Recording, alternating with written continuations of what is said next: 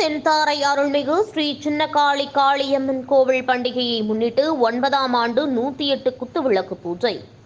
திருப்பூர் மாவட்டம் தாராபுரத்தில் தென்தாரை அருள்மிகு ஸ்ரீ சின்னகாளி காளியம்மன் கோவில் பண்டிகையை முன்னிட்டு 9ஆம் ஆண்டு 108 குத்துவிளக்கு பூஜை சின்னகாளியம்மன் கோவில் வளாகத்தில் நடைபெற்ற குத்துவிளக்கு பூஜைக்கு பெரியசாமி தலைமை வகித்தார்.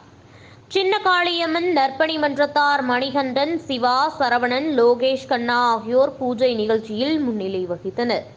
இந்த நிகழ்ச்சியில் 200க்கும் மேற்பட்ட பெண்கள் கலந்து கொண்டனர். குத்துவிளக்கு பூஜையில் உலகில் அன்பு, அமைதி நிலவ வேண்டியும், தமிழகத்தில் நல்ல மழை பெய்து கோடை வெயிலின் தாக்கம் குறைந்திடவும், ப்ளூ வைரஸ் நோய் தொற்றிலிருந்து பொதுமக்கள் மீண்டு வரவும், அனைத்து உயிர்களுக்கும் தட்டுப்பாடு இல்லாமல் குடிதண்ணீர் கிடைத்திட வேண்டியும், விவசாயம் செழித்து அனைவரும் நலமுடன் வாழ வேண்டி பஜனை பாடல்களுடன் தீப அலங்காரம் நடைபெற்றது. பக்தர்கள் அனைவருக்கும் இறுதியாக பிரசாதம் வழங்கப்பட்டது.